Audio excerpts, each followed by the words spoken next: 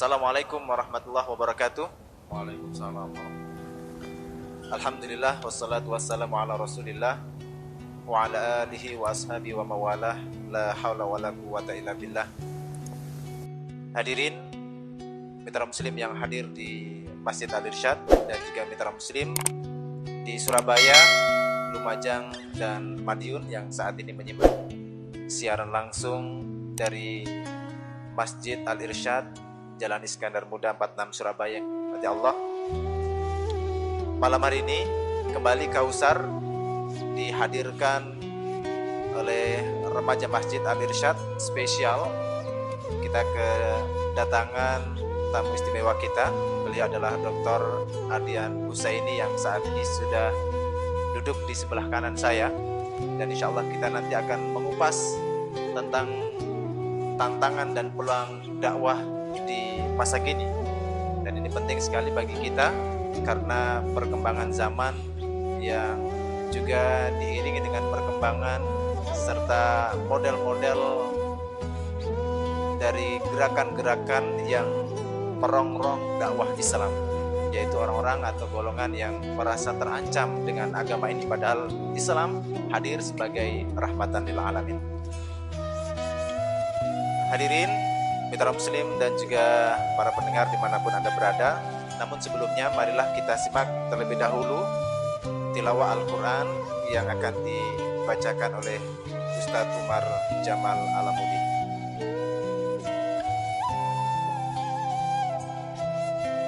Assalamualaikum warahmatullahi wabarakatuh. Waalaikumsalam warahmatullahi.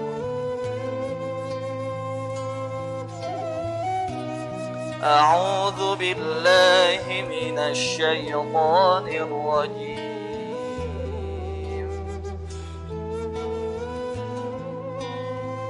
بسم الله الرحمن الرحيم.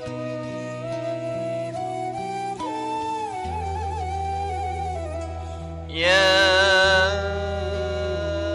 أيها الذين آمنوا اتقوا الله حق تقاته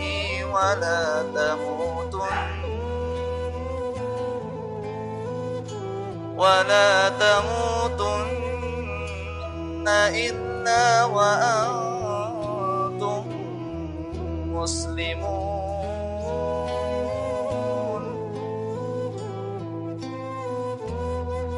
واعتصموا بحبل الله جميعا ولا تفرقوا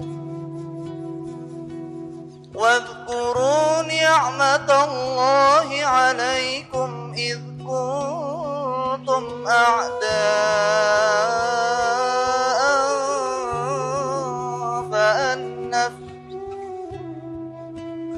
فألف بين قلوبكم فأصبحتم بنعمته إخوانا وكنتم على شفا حفرة من النار فأنقذكم منها. كذلك يبين الله لكم آياته لعلكم تهتدون.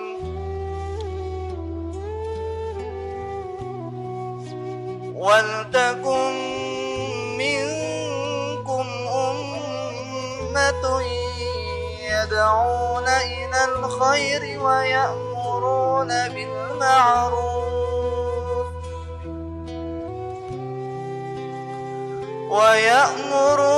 بالمعروف وينهون عن المنكر وأولئك هم المفلحون.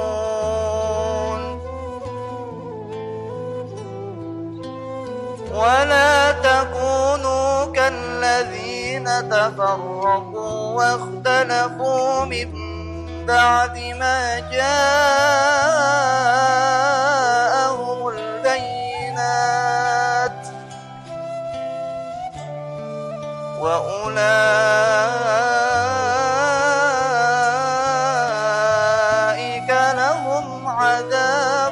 عظيم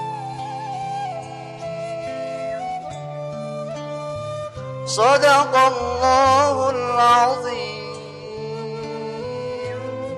السلام عليكم ورحمة الله وبركاته.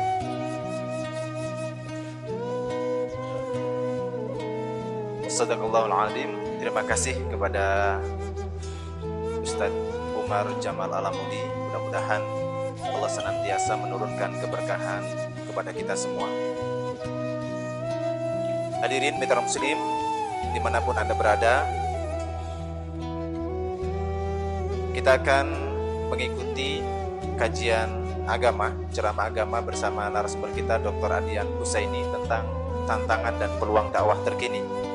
Namun saya ingin sedikit membacakan aktivitas beliau saat ini. Beliau saat ini aktif sebagai pembina Dewan Dakwah Islamiyah Indonesia Pusat, dan beliau juga wakil ketua Majelis Intelektual Ulama Muda Indonesia (MEUMI), dan beliau juga aktif sebagai ketua program Doktor Pendidikan Islam Universitas Ibnu Khaldun Bogor.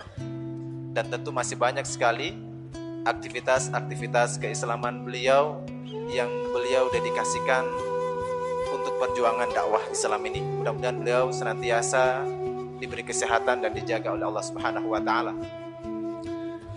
Hadirin mitra muslim dimanapun Anda berada, tentu kita masih ingat, dan saya yakin semuanya masih begitu terngiang perkataan Nabi Sallallahu Alaihi Wasallam, seandainya matahari diletakkan di tangan kananku dan rembulan di tangan kiriku, agar aku berhenti berdakwah ini, maka pasti aku menolaknya. Hingga kata Nabi Sallallahu Alaihi Wasallam, Allah memberikan kemenangan kepadaku atau aku akan binasa dalam perjuang. Ini artinya memang dakwah kebenaran al-haq senantiasa bertemu dengan kebatilan. Tinggal siapakah yang bertahan dengan kemenangan itu. Allah sendiri juga berfirman, "Walan tarda 'ankal yahud walan nasara hatta tattabi'a millatahum."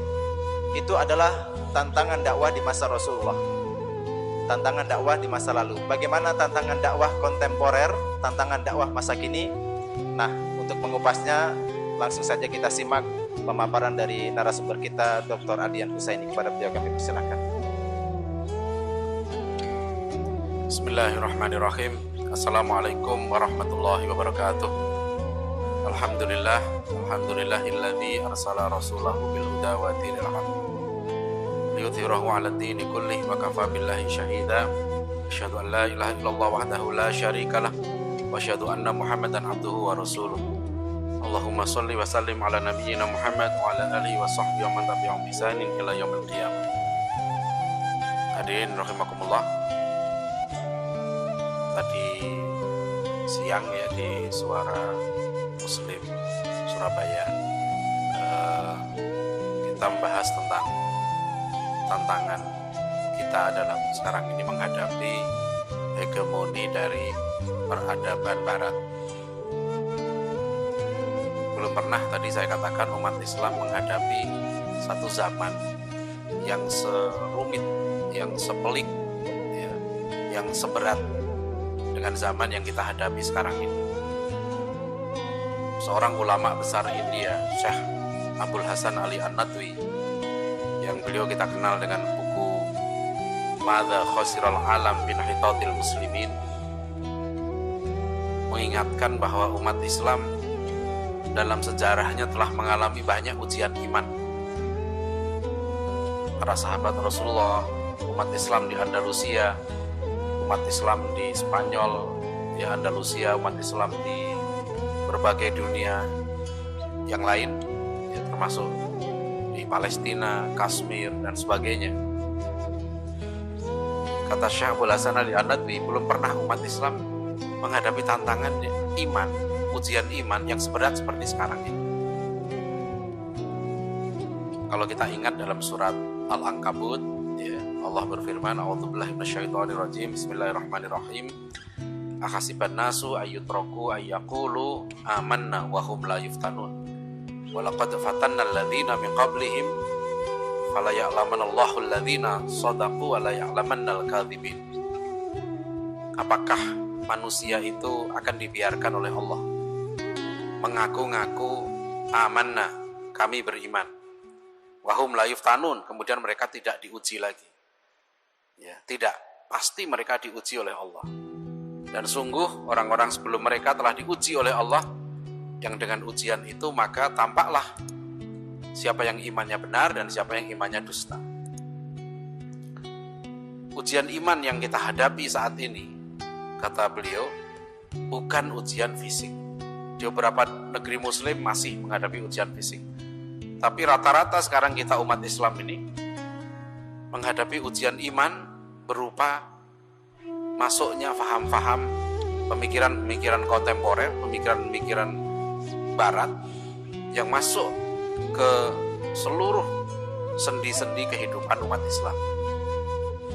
Bisa dikatakan hampir tidak ada satu sektor pun dari umat Islam sekarang ini yang bebas dari infiltrasi atau pengaruh dari peradaban barat modern.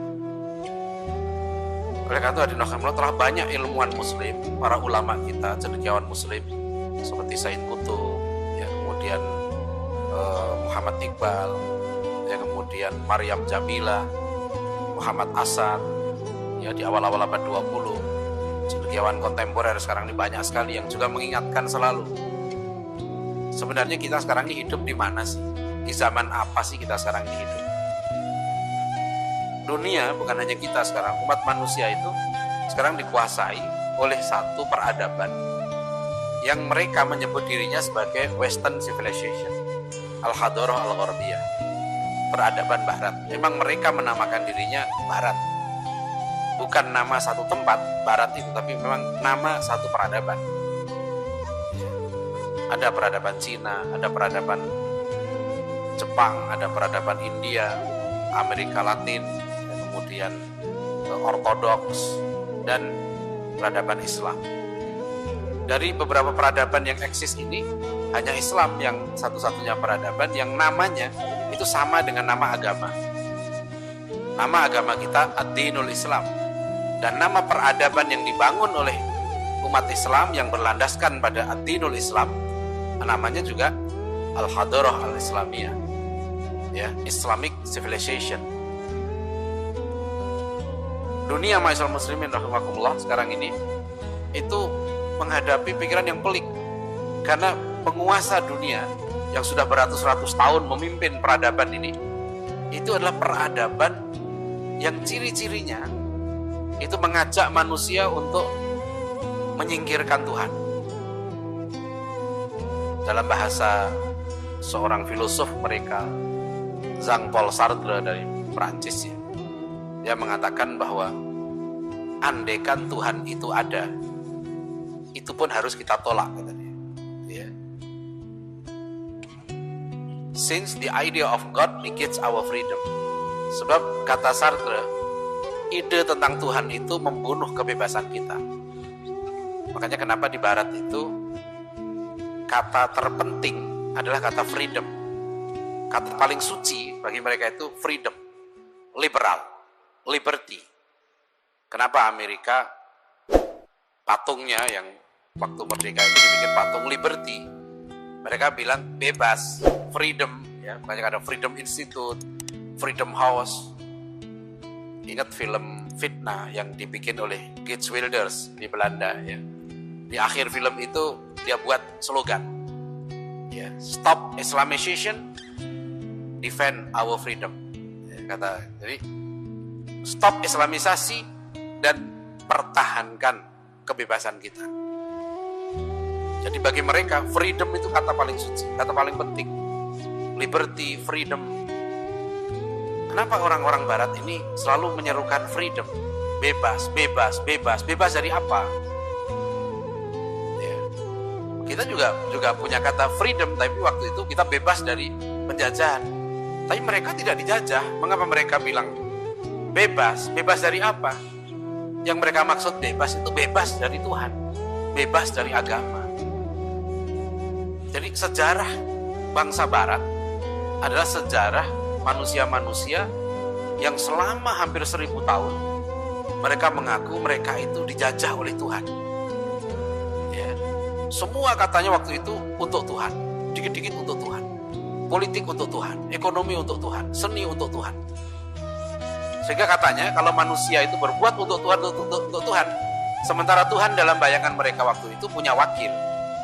Konsep mereka di Barat itu Tuhan itu punya wakil, namanya the Pope atau Paus, Vicar of Christ. Mereka bilang wakil Tuhan ini tidak bisa salah, sehingga dikasihlah doktrin the Pope can do no wrong. Paus tidak bisa salah.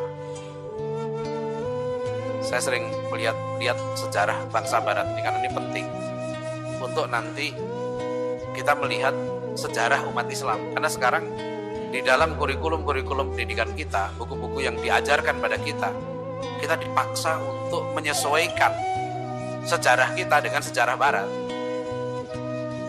Ya. Kadang-kadang banyak guru-guru sejarah saya tanya tidak paham. Misalnya mereka membagi sejarah Islam persis seperti sejarah Barat. Sejarah zaman awal Islam, zaman pertengahan, zaman modern. Islam tidak mengalami sejarah seperti ini. Ini sejarah bangsa Barat. Ini sejarah Eropa.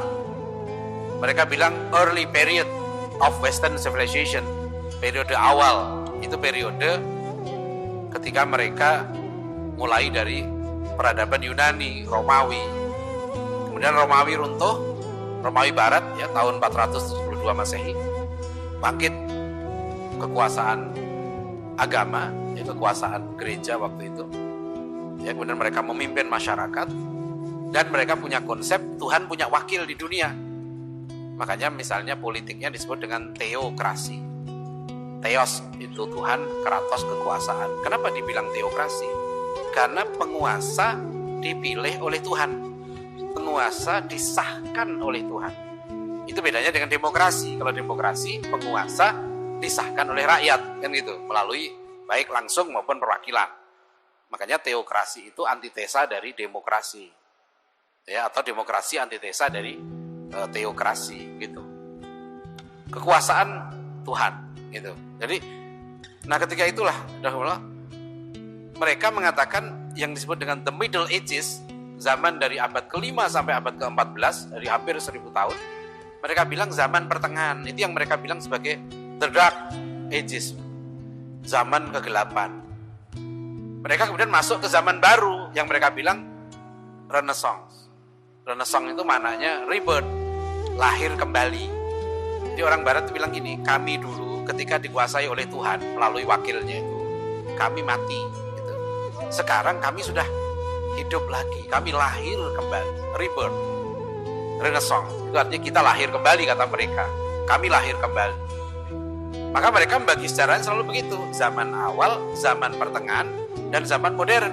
Zaman modern ketika Tuhan sudah disingkirkan, agama disingkirkan, dan mereka kemudian menggantinya, mengangkat manusia sebagai Tuhan. Jadi yang tadi di radio tadi saya katakan ya, di tempat kita ini bahwa God is humanized, man is divine. Ya, jadi manusia dijadikan Tuhan dan Tuhan dijadikan manusia. Orang Barat modern ini mereka merasa mereka yang sekarang yang menguasai dunia ini. Mereka berhak mengatur dirinya sendiri. Dari dulu mereka diatur, ya, dikit-dikit untuk Tuhan. Mau pakai baju harus ikut aturan Tuhan. Mau berumah tangga ikut aturan Tuhan. Mau ini ikut aturan Tuhan untuk Tuhan. Sampai waktu itu Tuhan itu mengatur politik mereka. Raja tidak bisa ditaati oleh rakyatnya kalau wakil Tuhan belum merestui, belum mengesahkan. Ya. Ini adalah jadi mereka sangat trauma. Kemudian mereka lihat kok wakil Tuhan ini berbuat banyak kesalahan, bahkan berbuat banyak kejahatan. Menarik, kalau tidak salah tahun lalu ya, penerbit Gramedia menerbitkan sebuah buku. Ya, itu terjemah dari buku The Dark History of the Popes. Ya, jadi penerbit Katolik ini menerbitkan buku sendiri, sejarah gelap para paus. Silahkan baca di situ bagaimana Popes, The Dark History of the Pope, sejarah gelap para paus. Itu kita akan melihat di situ bagaimana masyarakat Barat akhirnya marah, ya, dengan wakil Tuhan dan akhirnya dengan Tuhan, gitu. Karena dianggap Tuhan itu wakilnya itu salah, kan wakilnya katanya suci. Ya. Nah ini sejarahnya. Oleh karena itu kalau kita umat Islam sekarang ini kita tidak memahami sejarah Barat, sekarang ada orang-orang yang kemudian menyamakan sejarah Islam kayak mereka. Sejarah awal Islam, sejarah pertengahan Islam, sejarah modern Islam. Islam tidak pernah mengenal perkembangan sejarah seperti ini. Ya, ini sejarah Barat. Kenapa? Kenapa mereka menyebut sejarahnya bertahap? Karena orang Barat ini tidak memiliki standar tetap tentang nilai mereka. Asas mereka itu relativisme. Jadi apa yang benar di zaman pertengahan belum tentu benar di zaman modern. Mereka tidak mengenal, makanya agama mereka pun ada istilah reformasi. Maksudnya apa? Reform artinya membentuk kembali. Lahirlah agama baru. Ya, jadi dulu Katolik, kemudian reformasi, muncul Protestanisme. Sedangkan kita umat Islam, kita tidak mengalami seperti mereka. Kenapa? Karena agama kita berbeda dengan agama Kristen. Islam itu agama yang sudah sempurna dari awal. Al-yauma akmaltu lakum dinakum. Ya, wa atmamtu alaikum nikmati wa raditu lakumul Islam madinah. Makanya Islam itu agama yang tetap. Nilai-nilai Islam nilai yang tetap. Ya, kita tidak mengenal perkembangan teologis. Kalau orang Barat mengenal itu, misalnya mereka mengatakan dalam teologi misalnya, mereka membagi perkembangan teologi secara evolutif. Jadi teologi manusia itu katanya berkembang dari eksklusivisme ke inklusivisme menuju pada pluralisme. Contoh, sambil contoh, sikap mereka terhadap orang Yahudi. Dulunya mereka mengatakan Yahudi ini bangsa terkutuk sesuai dengan banyak ayat-ayat dalam kitab mereka. Kemudian setelah mereka melihat perkembangan baru tahun 62 sampai 65, tokoh-tokoh mereka berkumpul ya di Roma dalam konsili Vatikan yang kedua.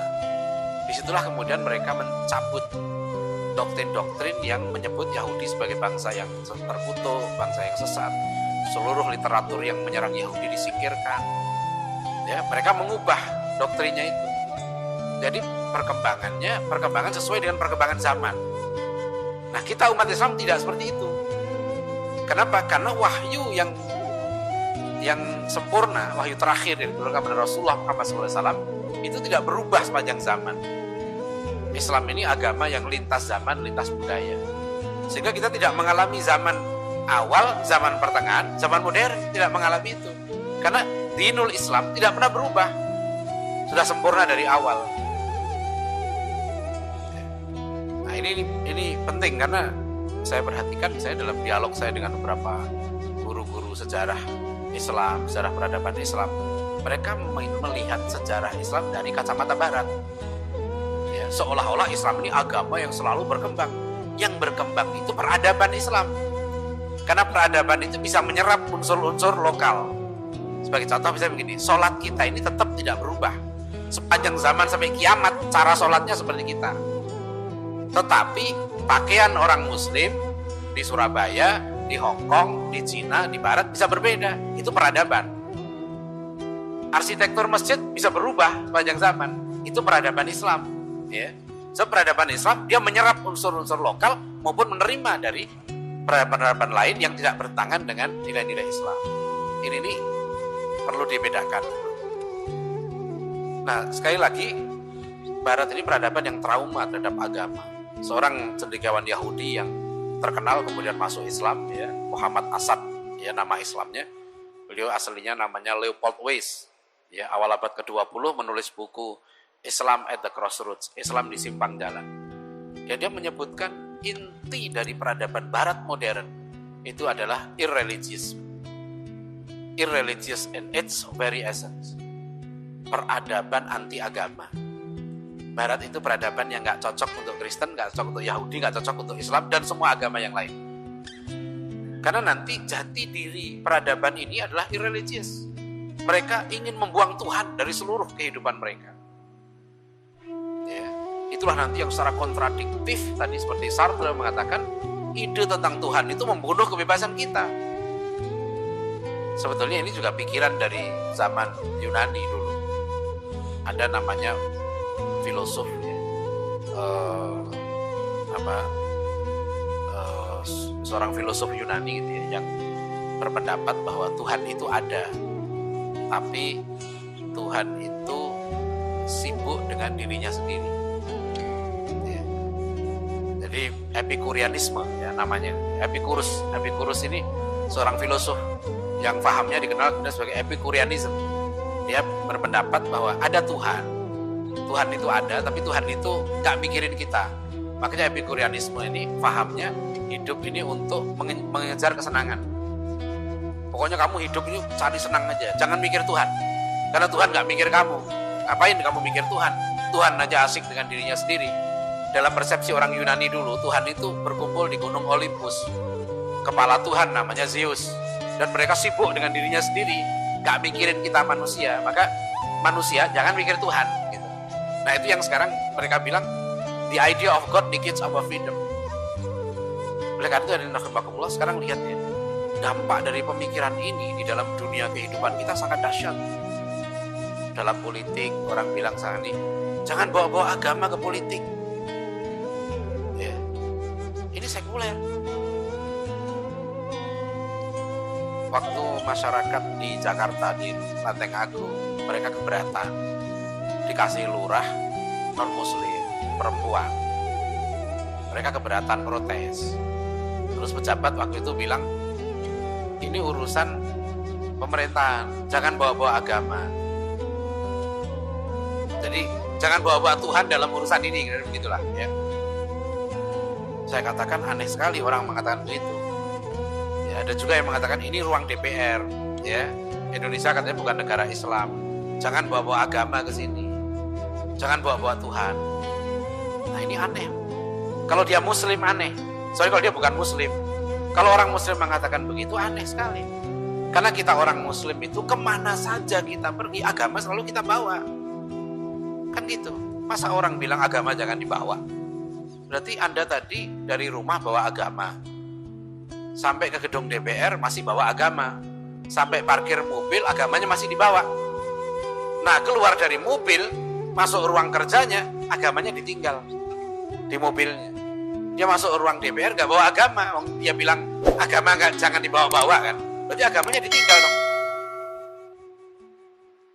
Kita orang muslim gak begitu kan. Kita orang muslim itu kemana saja agama kita bawa. Kita ke toilet aja bawa agama. Ya. Ketika di toilet pun kita itu disuruh bawa agama. Karena di toilet itu ada aturan agama. Ada aturannya dalam toilet itu. Ya, jangan joget misalnya di toilet. Ya, jadi jangan cingkrak-cingkrak. Ya, ada adabnya di situ. Tidak ada orang muslim tidak bawa agama gitu ya. So mereka sekarang bilang ini wilayah seni. Nah, ada seorang tokoh liberal menulis buku judulnya Mengebor Kemunafikan. Begitu kasus Inul ya, dia tulis prolog judulnya Mengebor Kemunafikan. Di prolog dia bilang bahwa ini wilayah seni, kata dia. Agama jangan dibawa-bawa. Agama harus tahu batas-batasnya. Ya. Waktu itu mereka datang ke Mahkamah Konstitusi menggugat, minta undang-undang tentang sensor dicabut karena sensor film itu menghambat kreativitas. Jadi biar bebas berkreasi, bebas masyarakat itu untuk mengekspresikan seninya. Makanya jangan heran kalau sekarang ini di mana-mana dalam wilayah seni, bagi mereka seni untuk seni. Dulunya waktu di zaman pertengahan mereka seni untuk Tuhan, ekonomi untuk Tuhan.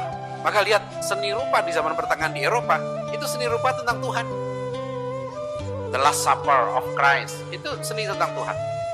Ya, jadi nah setelah zaman Renaissance, kebebasan ya, mereka Tuhan sudah mereka campakkan, mereka bilang seni untuk seni.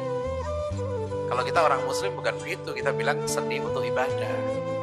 kita bilang politik untuk ibadah, sains untuk ma'rifatullah, sejarah untuk memperjuangkan kebenaran. Orang barat tidak. Ini ciri-ciri ilmu barat yang sekarang masuk ke kurikulum kita. Ya, seperti sekarang di buku-buku sekolah saya lihat, mereka mengajarkan sejarah pada anak-anak kita. Itu sejarah barat. Cara berpikirnya pun sejarah untuk sejarah. Bukan sejarah untuk menyampaikan kebenaran seperti dalam Al-Quran. Maka ciri dari ilmu mereka, sains untuk sains. Science for the sake of science. Kalau kita tidak, kita science for the sake of ma'rifatullah. Kita belajar sains bukan hanya untuk tahu tentang fenomena alam. Ulaika kal an'am balhum adol. Orang seperti itu seperti binatang, bahkan lebih sesat. Karena ketika mereka belajar ayat-ayat Allah, fenomena alam ini, mereka tidak sampai menemukan Tuhan. Mereka tidak sampai kepada kesimpulan Rabbana ma khalaqta hadza batila. Manusia seperti ini, sepinter apapun dia, itu oleh Al-Quran dikatakan ulaika kal an'am. Mereka seperti binatang ternak. Kenapa seperti binatang ternak? Karena hidup mereka pasti hanya mengejar kesenangan makan-makan dan minum-minum. Dan sistemik. Saya sering menyampaikan, coba lihat dalam kurikulum anak-anak kita, Pak, di SMP sekarang ya. Anak kita masih diajari tentang contoh saja misalnya kemajuan. Nah, tadi misalnya ada pengumuman kan, Indonesia akan jadi negara maju. Coba apa yang dimaksud maju di mata kita, di kepala kita dan anak kita? Itu maju dalam pengertian barat. Saya sudah cek kurikulum buku-buku ajarnya anak-anak kita, Pak. Negara maju. Kan itu ya. Dibilang negara maju itu kan Inggris, Amerika gitu. Maju apanya? Kalau kita bilang, oh dia negara maju, yang maju apanya? Mereka bilang sains dan teknologinya dan maju ekonominya. Kita harusnya orang muslim tidak mengekor barat. Ketika kita bilang negara maju. Sebab kita ini Pak, orang muslim. Indonesia negeri muslim terbesar di dunia. Kita itu disebut sebagai negara sedang berkembang. Developing countries. Yang diukur hanya income per kapitanya saja. Sekian-sekian dari orang yang negara yang penghasil sekian, itu masuk negara sedang berkembang. Penghasilan sekian, negara maju. Apa betul definisi seperti itu bisa kita terima? Itu yang sekarang diajarkan di sekolah-sekolah kita. Itu yang dulu kita terima dari guru-guru kita. Padahal tidak benar. Barat itu adalah peradaban yang tidak pernah maju. Kenapa mereka tidak pernah maju? Karena peradaban mereka hanya mengejar syahwat. Hidup mereka itu dalam Al-Quran digambarkan hum ya'kuluna wa yatamatta'una kama ta'kulul an'am. Mereka itu hanya makan-makan, wa yatamatta'una dan bersenang-senang seperti binatang. Apa sih yang mereka cari dalam hidup? Maka mereka sebagai manusia tidak maju. Kalau kita umat Islam, kita punya konsep kemajuan sebagai manusia. Apa yang kita maksud maju? Maju sebagai manusia itu ketika kita semakin mendekatkan diri kepada Allah. Kenapa kita mengejar Ramadan? La'allakum tattaqun. Itu dalam rangka kita maju. Dalam hadis qudsi maka dikatakan kan, kalau kita melangkah ya sejengkal, Allah melangkah sehasta. Kalau kita berjalan, Allah berlari mendekati kita. Arti makna kita maju, kita ada tujuan hidup ini. Ya, itu namanya maju. Karena kita ini dipaksa untuk mengekor barat. Ya, anak-anak kita pun kepalanya begitu. Maka kemajuan bagi anak kita, kemajuan materi, kemajuan fisik, kemajuan duniawi, ya, kemajuan syahwat. Ini sebetulnya membunuh, ini sudah meracuni cara berpikir begini. Sangat berbahaya. Jadi peradaban barat ini masuk ke kurikulum, ke pelajaran-pelajaran anak-anak kita di sekolah-sekolah. Sehingga bagi mereka bisa kayak seperti itu, yang namanya maju itu. Nah, nanti akan saya berikan beberapa contoh yang lain ya. Bagaimana pengaruh konsep-konsep peradaban barat modern dalam kehidupan kita sehari-hari yang sepertinya sekarang dianggap lazim. Konsep maju, apa yang dimaksud maju? Ya, kebutuhan primer, sekunder, tersier, apa itu maksudnya? Yang kita sekarang sudah betul-betul seperti yang disabdakan Rasulullah, kamu ikuti mereka walaupun mereka masuk ke lubang biawak sekalipun. Hatta law dakhalu fi hujri dabbin wa dakhaltumuh. Ya, baik kita jeda dulu ya karena waktu azan Isya. Terima kasih. Baik, terima kasih. Hadirin rahimakumullah. Tadi saya menyampaikan satu contoh tentang pemikiran yang sepertinya dianggap biasa, yang tidak kita persoalkan. Sebab ketika kita meletakkan negara kita sebagai negara sedang berkembang dan menjadikan Barat sebagai negara maju, pembangunan kita itu di konsep mengikuti mereka, termasuk konsep pembangunan manusianya. Makanya kalau kita lihat sekarang misalnya, kita jarang mendengar ya, ada pemimpin kita yang punya konsep apa sih tujuan pembangunan kita sebenarnya. Tujuan pembangunan kita mestinya kan membangun manusia yang beriman dan bertakwa, manusia yang bahagia, sa'adah ya, bahagia dunia akhirat. Dan itu sangat berbeda dengan cara Barat membangun negaranya. Itu kalau mereka, yang penting mereka itu perutnya yang dipikirkan ya, bagaimana kesejahteraannya, ekonominya, itu penting bagi Islam. Tapi lebih penting lagi adalah bangun manusianya. Dan ketika kita bangun manusianya, kita berbeda dengan mereka. Karena manusia mereka manusia yang tidak mengenal Tuhan. Manusia mereka manusia yang tidak mau diatur oleh Tuhan. Bahkan kalau saya kadang melihat peradaban modern ini peradaban iblis. Karena peradaban iblis, peradaban yang mereka mengakui Tuhan. Bukan mereka tidak mau mengakui Tuhan, mereka mengakui alam ini yang menciptakan Tuhan, mereka mengakui Tuhan itu maha kuasa, mereka mengakui. Hanya mereka tidak mau diatur oleh Tuhan itu. Mereka bilang, ya maaf Tuhan, tolong Tuhan jangan campuri hidup kami. Dulu Anda pernah mencampuri kami, ngatur kami susah, kami sengsara gitu. Sekarang tolong kami, politik kami atur sendiri, ekonomi kami atur sendiri, hukum kami buat sendiri ya. Aturan-aturan sosial kami susun sendiri, kami lebih tahu. Nah itu yang dikatakan tadi, God is humanized, man is deified. Manusia diangkat jadi Tuhan, Tuhan dijadikan manusia. Jadi kira-kira gampangannya begini. Dulu mereka bilang, dulu kan Tuhan, Anda sudah ngatur kami dan kami sengsara. Sekarang giliran kami ngatur Anda. Nah gitu. Jadi makanya lihat orang Barat tuh, mereka gak mau. Mereka itu Yahudi Kristen, mereka punya Bible. Orang zina dalam Bible harusnya dihukum, ya kan? Orang lesbian, homoseksual dalam Imamat pasal 20 ayat 13 itu dihukum mati. Jelas itu. Tapi sekarang mereka pusing. Ya, aturan-aturan yang mereka punya dalam kitab mereka itu nggak dipakai. Ini dulu. Dan dulu waktu kami pakai ini kami susah, kami sengsara, kami mundur. Ya, sekarang orang begitu kan, di kita sekarang mulai sekarang ini. Ini politik ini nggak ada urusan dengan Tuhan, jangan bawa-bawa agama. Sains ini, pelajaran ini nggak ada kaitan dengan Tuhan.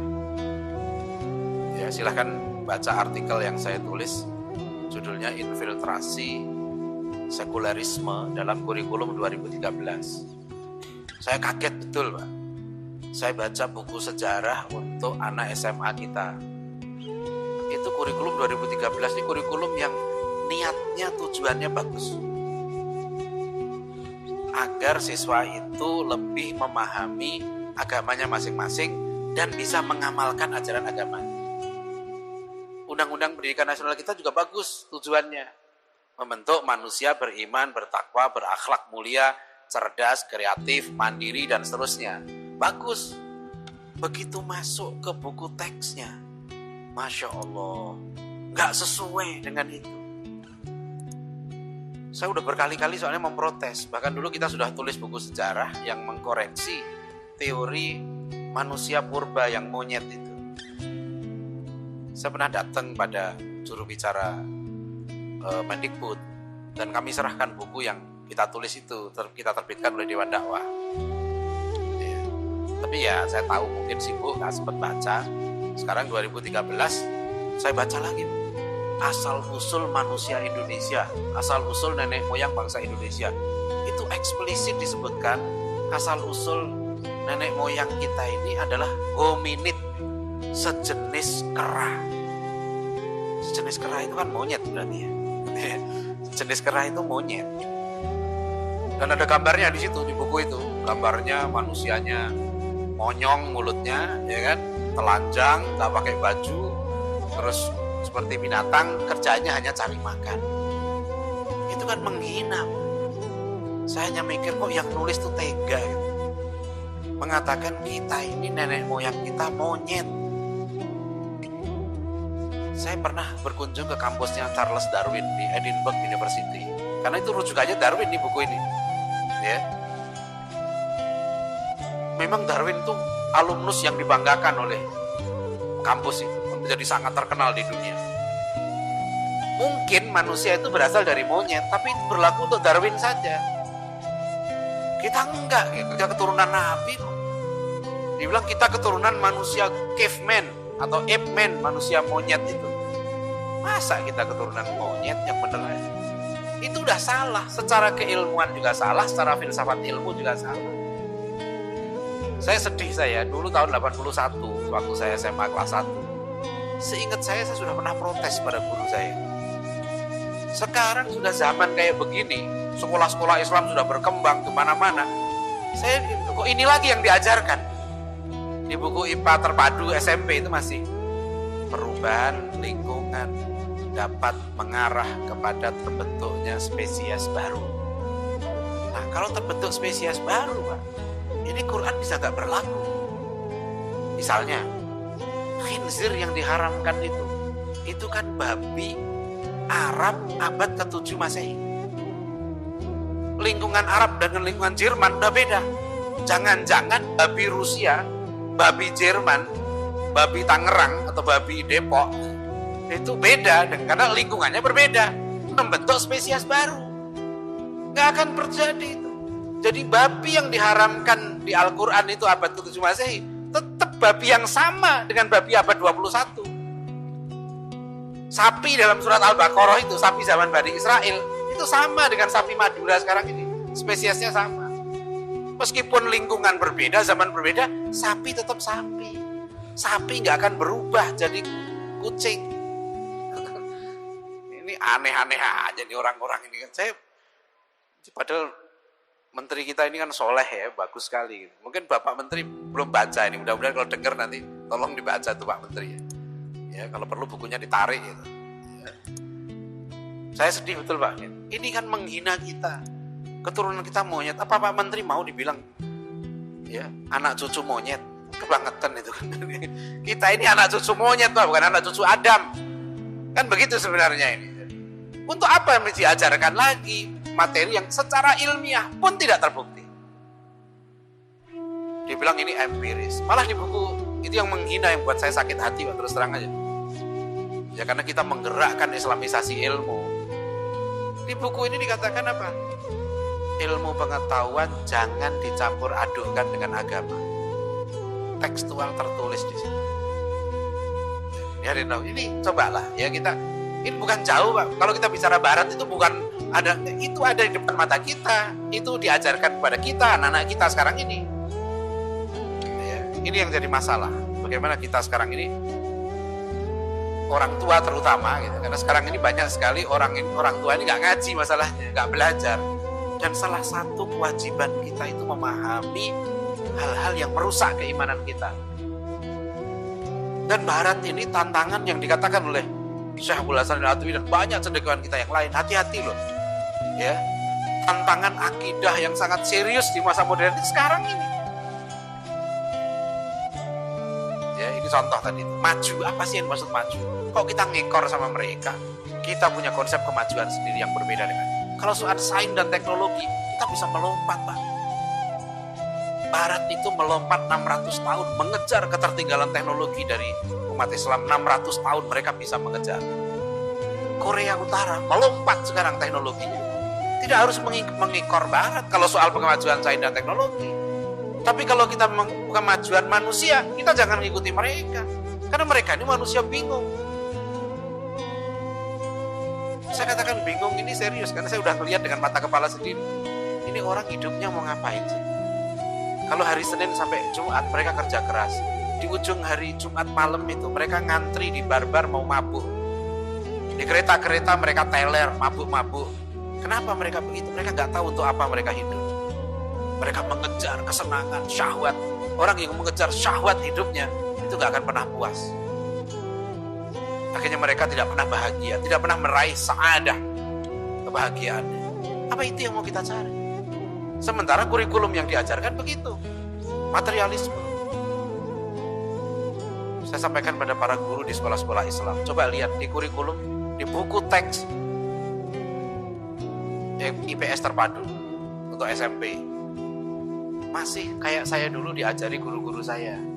Kebutuhan manusia itu ada 3, kebutuhan primer, sekunder, tersier. Kebutuhan primer itu apa?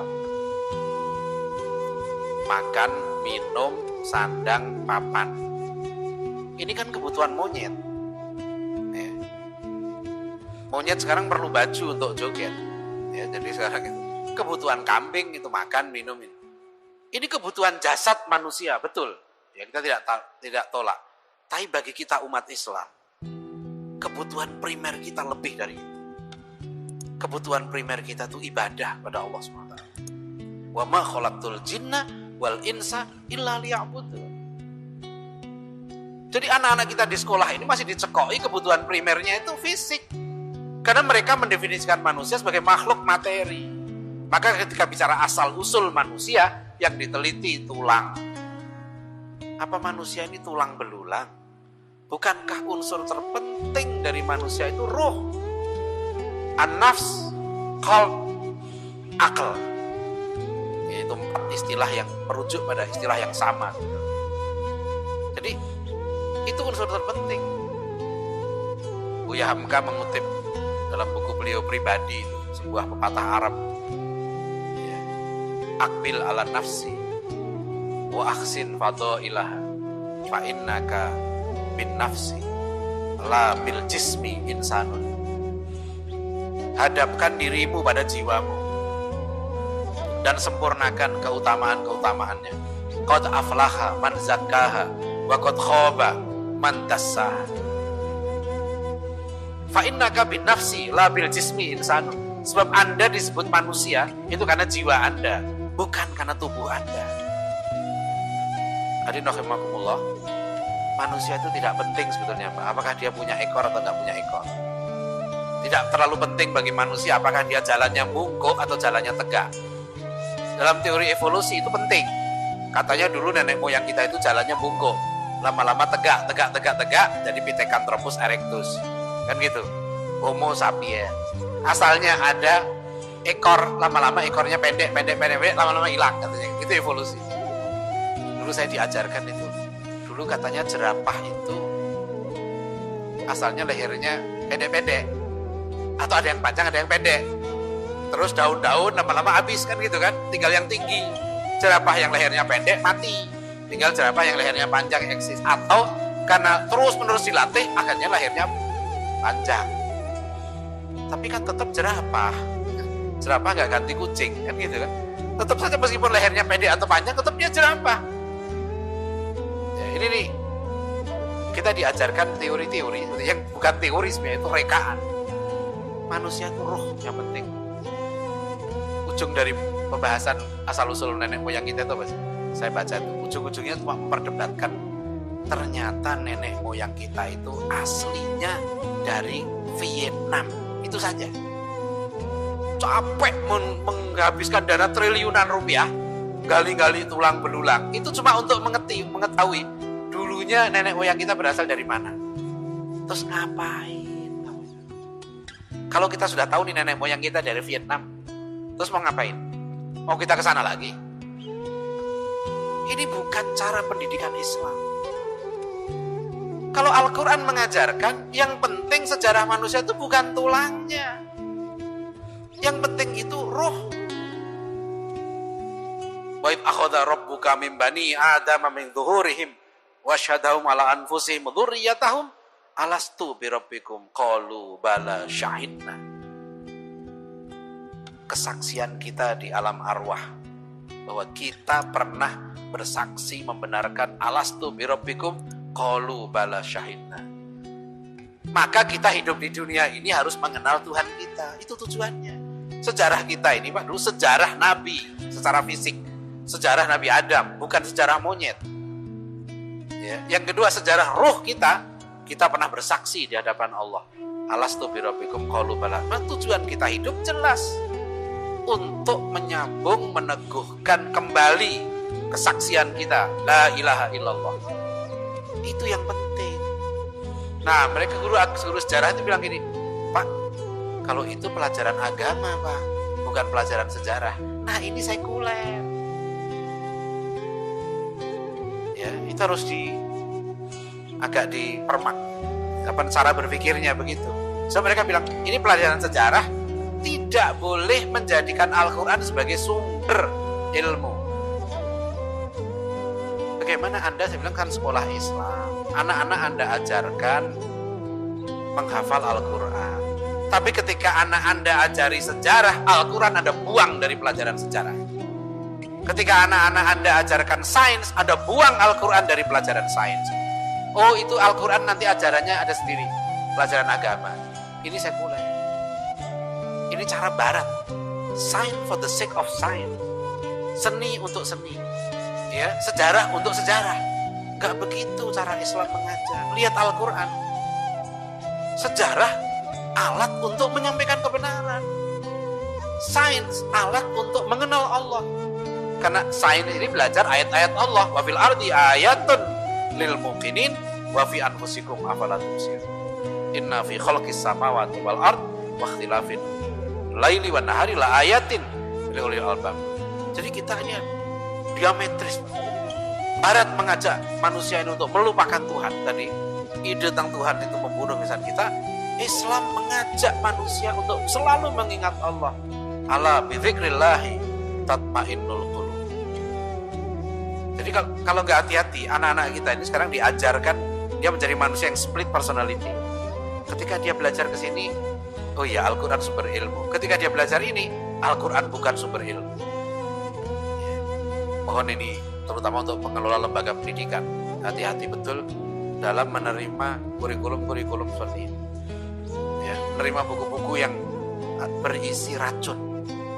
Ya, racun-racun pemikiran yang secara sadar atau nggak sadar, ini racun yang materialisme, relativisme. Dalam sosiologi saya ambil contohnya. Barat ini peradaban yang relatif. Mereka tidak mengenal nilai yang tetap.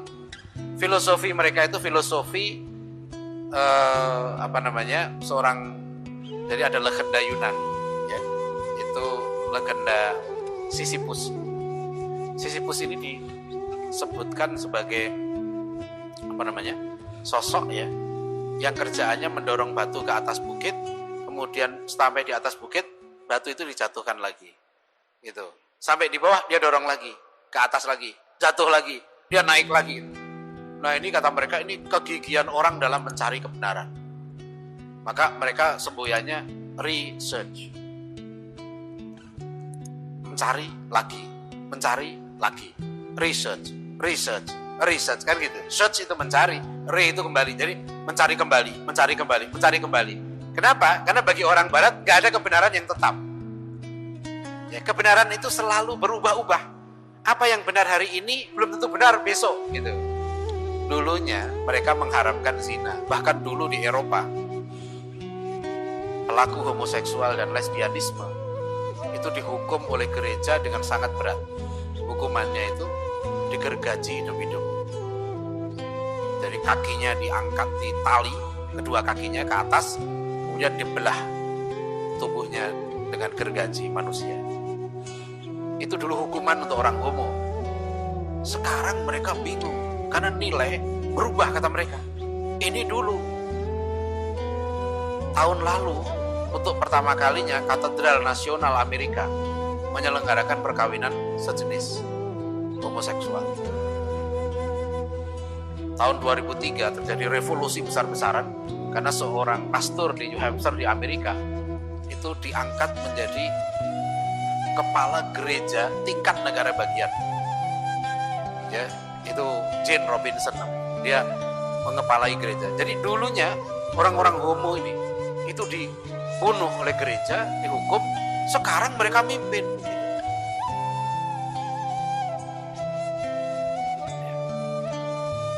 Jadi sekarang mereka mimpin. Nah, itu mereka pusing. Lihat sekarang, dan sekarang menimpa juga di sebagian ke kalangan muslim. Karena bagi mereka gak ada yang tetap. Zina, coba lihat zina. Kita kan heran, saya membaca bukan soal apa-apa. Di Malaysia, saya beberapa waktu lalu ke sana. Kalau nonton TV, itu TV Malaysia tetap menyiarkan begini. Polis menggerebek rumah tempat para pelacur. Nah, saya lihat masih ada ya kata pelacur di Malaysia. Dulu di Indonesia, orang yang zina ini itu disebut pelacur. Terus agak dihaluskan dikit menjadi WTS, wanita tuna susila. Terus itu katanya itu terlalu tidak sopan, ya. Terus diganti lagi PSK, pekerja seks komersial, ya. Jadi makin halus, makin halus, makin halus. Terus beberapa media kan saya kritik dia, menyebut kencan didoli tarifnya sekian. Loh kok kencan di mana? Itu zina. Media ini juga kacau ini membuat istilah zina disebut kencan, pelacur dibilang pekerja. Loh, bukan itu pezina, mestinya ditulis pezina. Gitu. Jadi ini bahasa-bahasa yang membuat orang seolah-olah dosa zina itu tidak apa-apa. Malah lama-lama yang mau menghapus perzinahan ini jadi jelek kan gitu. Ini lucu sekali manusia sekarang ini. Padahal kan jelas. Di dalam Bible juga jelas, di dalam Al-Quran apalagi. Pezina itu dosa besar. Ya. Orang yang berzina itu hukumannya mati, Pak. Kalau muhson jelas dilempari batu sampai mati. Nah lihat. Hukum rajam diterapkan. Saya pernah lihat videonya. Memang ngeri betul. Ya waktu di Ambon dulu, anak buahnya Ja'far Umar Tholib dulu kan ada yang zina. Dia ngotot minta diadili. Saya tanya pada Ustaz Ja'far waktu itu, kenapa kok dihukum rajam? Dia yang minta kok. Saya salah, tolong saya dirajam. Namanya Abdul Rahim. Saya aja lihat gak tega, Pak. Dia lihat videonya tuh, Masya Allah, betul-betul. Jadi memang zina ini bukan main-main. Ini kejahatan besar. Itu yang manusia sekarang sok menjadi Tuhan. Ya kan? Dia mengambil alih. Allah menegaskan zina ini jahat. Dibilang gak apa-apa, itu kan pekerja. Siapa yang bilang pekerja? Ya, itu penjahat. Ya, ini kacau manusia ini. Ya kadang-kadang dalam skala yang agak rendah saya mengkritik pemerintah kita juga. Allah mewajibkan anak-anak muslim itu lulus SD bisa baca Quran, bisa sholat. Kan mestinya Pak materi ujian nasional itu yang penting. Gitu loh. Kalau anak gak lulus ujian sholat, gak lulus ujian nasional, kan gitu mestinya. Sekarang pemerintah ini sok jadi Tuhan. Yang fardu ain dia ubah jadi matematika. Gitu. Sejak kapan matematika jadi fardu ain? Lim Sulyong itu gak lulus matematika juga, bisa jadi pengusaha. Matematika itu penting, tapi apa jadi fardu ain untuk menentukan hidup matinya seorang anak harus lulus matematika? Ya kalau memang dia gak bisa matematika mau ngapain?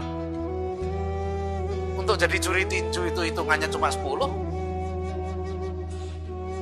Katanya untuk ngetes make cuma 3 malah hitungannya. Tes 1, 2, 3. Jadi artinya anak untuk tukang tes make itu bisa ngitung 3 udah cukup gitu ya. Ya, untuk jadi juri tinju bisa ngitung sampai 10 gitu ya. Enggak sampai 11, Pak. Saya maksudnya begini, jadi sekarang ini kita manusia ini, jangan ngangkat dirinya sebagai Tuhan, itu kan iblis. Iblis itu mengakui Tuhan ada, ya, tapi ketika disuruh taat, maaf, ana khairum minhu. Ya, khalaqtani min nar wa khalaqtahu min tin. Itu jawaban iblis. Saya makanya bilang, kok bangsa Indonesia ini aneh ya, mengaku katanya percaya kepada Tuhan yang Maha Esa. Buktikan dong, masa cuma percaya? Nah kalau cuma percaya pada Tuhan yang Maha Esa, iblis sudah dari dulu percaya. Ya kan? Kalau arti ketuhanan yang Maha Esa itu bangsa Indonesia percaya kepada Tuhan yang Maha Esa, lah Pak, iblis juga Sama. Anda nggak lebih tinggi dari iblis kalau sampai di situ makomnya. Iblis itu disebut kafir, aba wastakbaro, wa kana minal kafir, karena dia membangkang. Bukan karena tidak percaya Tuhan itu ada. Kalau percaya Tuhan itu ada, Tuhan itu maha kuasa, Tuhan itu maha pengatur, Tuhan itu maha bijaksana, itu gak lebih dari iblis. Minta maaf. Apa kita bangsa iblis, Pak? Kan tidak, kan? Jadi pada calon presiden kita ini kita himbau, kan gitu kan? Pak, mohon Pak, jangan bawa bangsa kita ya setaraf dengan iblis. Agak tinggi dikit lah. Mau taat kepada Allah, itu yang penting. Allah jelaskan, tegaskan, zina itu kejahatan. Barat ini nggak konsisten. Katanya mereka ini pluralisme, ya. Katanya pluralisme itu mereka bilang toleran. Mana mereka toleran? Sultan Brunei menerapkan syariah untuk rakyatnya sendiri kok, ya kan? Sultan Brunei menerapkan syariah untuk rakyatnya sendiri, bukan untuk rakyat Amerika. Ribut mereka seluruh dunia. Loh, kami menerapkan syariat untuk kami sendiri, kok Anda ribut? Katanya toleran. Mana Anda toleran? Kita mau buat kurikulum, Pak, sekarang ini. Kurikulum sini. Nggak boleh, Pak. Oh, nggak nimpang dari kurikulum Anda. Harus begini-begini. Loh, Pak, kami kan orang Muslim, Pak. Belanda aja dulu nggak maksa kami bikin kurikulum menurut Belanda kok. Saya kadang agak sedih terus terang. Kok kita sekarang ini mentaati sesuatu yang waktu kita dijajah Belanda pun kita berani melawan. Pesantren-pesantren kita dulu mana mau taat sama penjajah? Bikin kurikulum sendiri, bikin tujuan pendidikan sendiri, bikin ini sendiri. Berani kok. Kok saya tanya, kok Anda sekolah Anda gak berani? Kenapa Anda masih ngajarkan bahwa yang menyatukan Nusantara ini Gajah Mada? Sejak kapan Gajah Mada itu menyatukan Nusantara? Ini ada capres yang mengatakan nanti kita akan kembali akan jadikan Mojopahit itu model. Loh, ntar dulu Pak. Mojopahit yang mana? Katanya Mojopahit menyatukan Nusantara. Kapan itu? Tunjukkan tahunnya. Siapa yang tahu? Tahun berapa Mojopahit menyatukan Nusantara? Wilayahnya sampai di mana? Dengan cara apa Nusantara disatukan? Gak ada, itu kan dongeng. Ya kan? Kok anak-anak kita diajari terus? Saya misalnya capek juga, bosan dari dulu, zaman saya dulu yang menyatukannya Mojopahit itu kan gak bener. Hadirin rahimakumullah, kita harus bersyukur Pak. Kita sebagai bangsa Indonesia kenal. Saya kemarin bertemu dengan seorang profesor dari Malaysia. Dia memuji Indonesia. Dia katakan, kita tidak boleh memaksakan agama kepada orang lain. Tetapi sebagai satu bangsa, kita boleh memaksakan bahasa. Dan itu keberhasilan Indonesia, menyatukan bahasa. Seluruh etnis, seluruh agama di sini berbahasa Indonesia. Bayangkan, puluhan ribu pulau, satu bahasa. Dan itu luar biasa. Bahasa ini siapa dulu yang mengangkat bahasa Melayu? Para ulama kita. Jadi Nusantara ini disatukan dengan agama, yaitu Islam. Dan dengan bahasa, yaitu bahasa Melayu, sekarang jadi bahasa Indonesia. Bukan oleh Gajah Mada. Saya terus terang kalau mahasiswa saya masih saya kasih soal yang menyatukan Nusantara, Gajah Mada, saya bilang nggak lulus. Nggak lulus Anda. Punya buktinya, saya tanya. Anda punya buktinya? Tahun berapa? Nggak ada buktinya juga. Itu kan dogma, ya kan? Dogma. Jadi ditanamkan terus gitu ya. Gajah Mada, badannya gede. Dari mana Anda tahu gitu? Jadi ini penting Mbak, karena kita sekarang harus mengevaluasi. Ini kan warisan penjajah. Penjajah ini Barat ini, Belanda ini. Makanya tokoh-tokoh yang diangkat pun tokoh-tokoh yang bukan sebagai berlatar belakang Islam.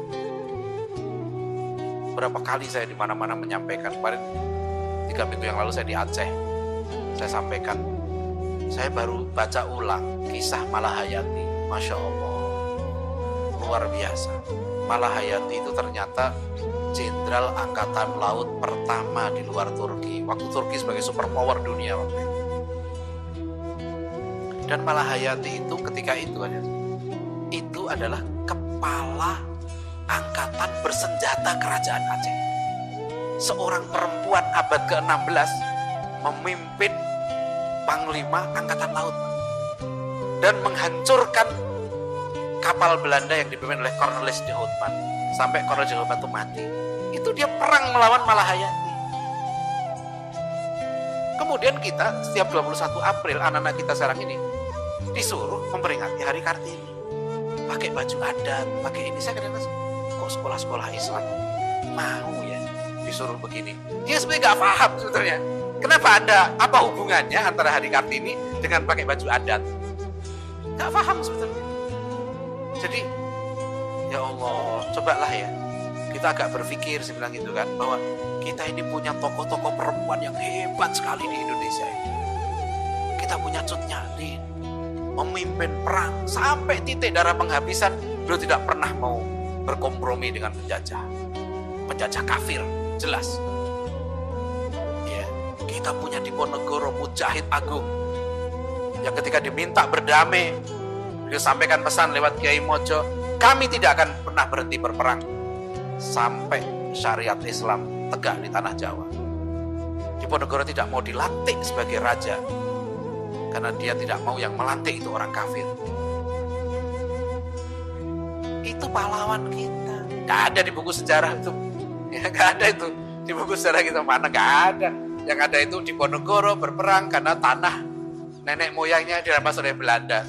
Memang Diponegoro makelar tanah. Ya, berperang untuk tanah. Bukan itu, beliau berperang karena tidak ridho syariat Islam diinjak-injak oleh orang kafir. Itu yang terjadi.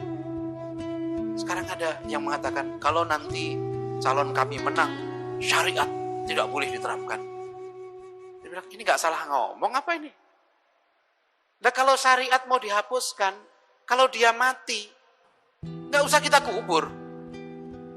Wong kuburan itu syariat Islam, ya kan?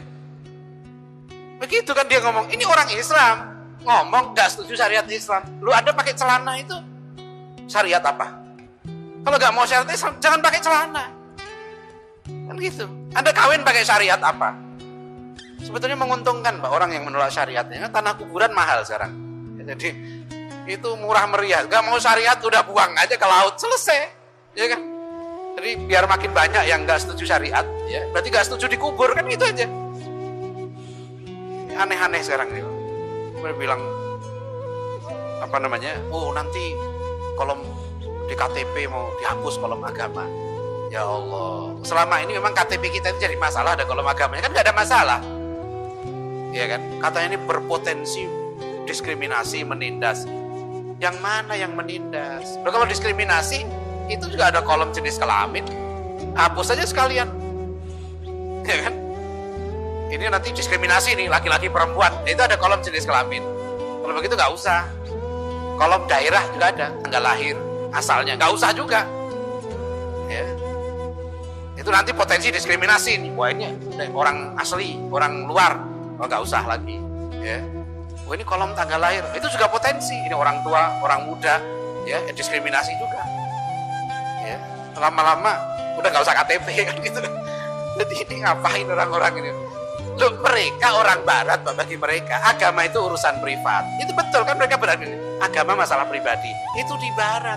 Memang di barat tuh nggak lazim ada turis datang ke Indonesia tuh heran. Kok saya ke Indonesia orang nanya pertama bukan nama, agama Anda apa? Loh, karena itu penting.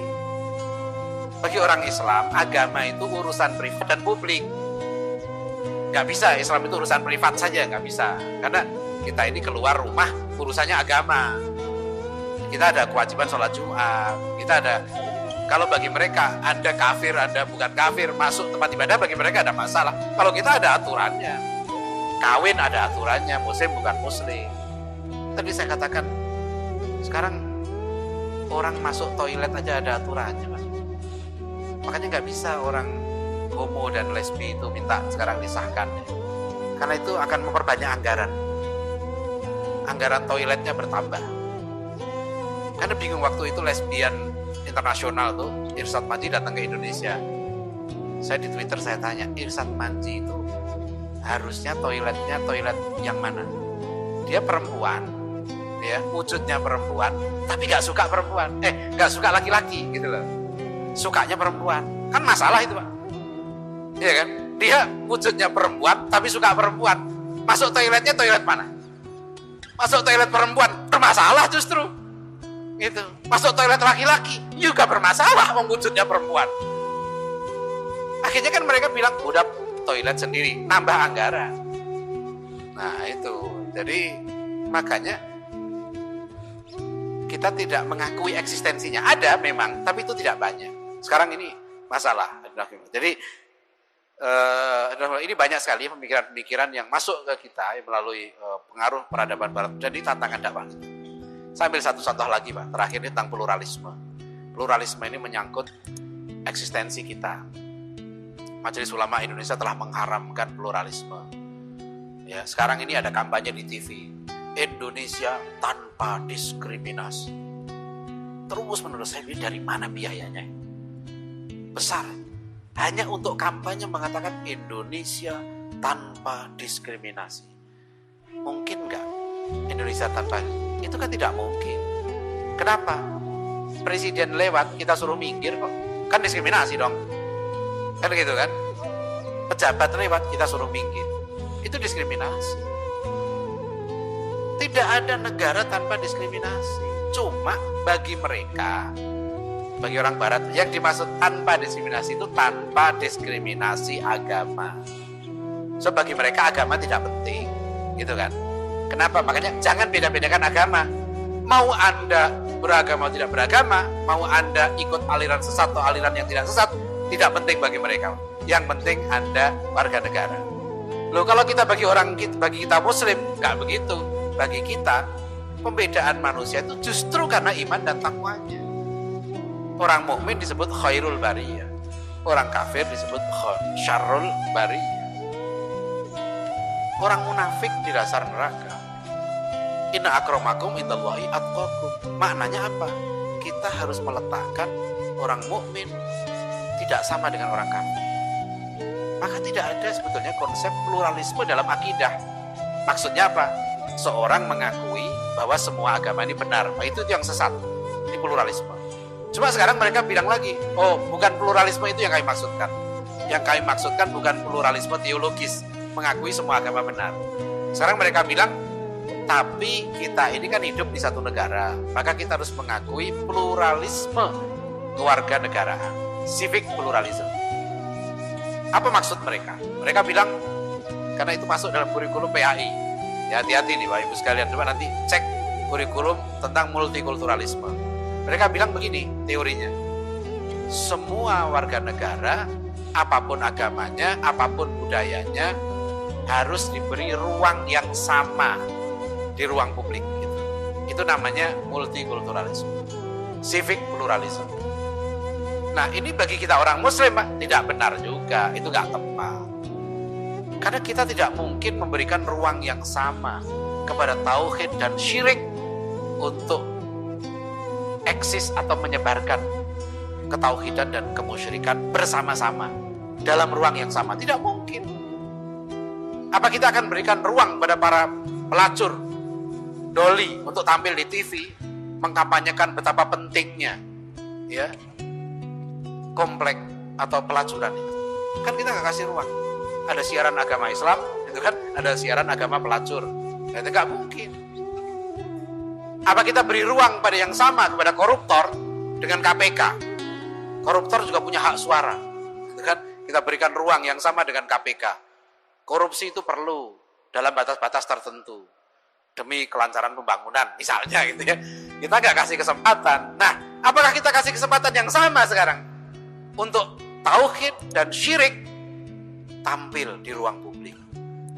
Kita sebagai Muslim, maaf ya, sekali lagi, sebagai Muslim kita tidak boleh mengatakan harus diberi ruang yang sama. Tidak.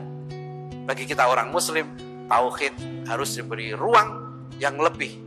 Bahkan kemusyrikan tidak boleh dikampanyekan. Anda orang musyrik, silahkan, kita nggak maksa Anda jadi Muslim, nggak boleh. Tapi ketika Anda mengkampanyekan kemusyrikan, nah itu baru bermasalah. Itu yang masalah. Sebab Islam tidak memaksa orang untuk jadi Muslim, tidak boleh. Ya. Tapi ketika dia mengkampanyekan dengan bebas, makanya di dunia Islam tidak ada Pak, bebas misionaris kemana-mana, tampil di TV. Nah, di Malaysia aja nggak ada. Di Malaysia itu TV pemerintah itu hanya boleh siaran agama Islam. Ya, di Indonesia ini maaf ya, menurut saya Indonesia ini negara tauhid sebenarnya konsepnya. Ya tapi karena sudah terlanjur banyak orang yang salah paham dan pahamnya salah. Ya, jadi mereka bilang Indonesia ini bukan negara agama, bukan negara sekuler. Terus negara apa? Negara yang bukan-bukan. Bukan Islam, bukan sekuler. Itu kan nggak benar. Indonesia ini konsepnya jelas negara tauhid. Ketuhanan yang Maha Esa itu artinya tauhid. Manusia yang adil dan beradab itu adil dan adab maknanya tauhid. Rakyat dipimpin oleh hikmah. Hikmah itu juga kebenaran wahyu. Ya, ini banyak sekali yang perlu kita luruskan. Tapi insya Allah mudah-mudahan yang sedikit ini kita bisa sekedar apa yang saya sampaikan ini untuk mengingatkan kita bersama bahwa kita sekarang hidup di satu zaman sehingga kita banyak sekali mendapatkan tantangan akidah. Dan terakhir Rasulullah, mudah-mudahan kita selamat ya. Qu anfusakum wa ahlikum naro. Jaga dirimu dan keluargamu dari api neraka. Ya. Kita tutup dengan doa. Ya. Akhir. A'udzubillahi minasyaitonir rajim. Bismillahirrahmanirrahim. Alhamdulillahirabbil alamin. Wassalatu wassalamu ala nabiyyina Muhammad wa ala sahbihi ajma'in. Allahumma ighfir lana wa li walidayna wa li masyayikhina wa li jami'il muslimina wal muslimat wal mu'minina wal mu'minat al-ahya'i minhum wal amwat. Allahumma inna nas'aluka salamatan fid din wa afiatan fil jasad wa ziyadatan fil ilmi wa barakatan fil rizqi wa taubatan qabla al-maut wa rahmatan 'indal maut wa maghfiratan ba'dal maut. Allahumma hawwin 'alaina fi sakaratil maut wan najata minan nar wal afwa 'indal hisab. Rabbana la tuzigh qulubana ba'da idh hadaitana wa hab lana min ladunka rahmah innaka antal wahhab. Allahumma arinal haqqa haqqan warzuqna ittiba'ah wa arinal batila batilan warzuqna ijtinabah. Rabbana hab lana min azwajina wa dhurriyyatina qurrata a'yun waj'alna lil muttaqina imama. Rabbana atina fid dunya hasanah wa fil akhirati hasanah wa qina adzabannar. Walhamdulillahirabbil alamin. Assalamualaikum warahmatullahi wabarakatuh.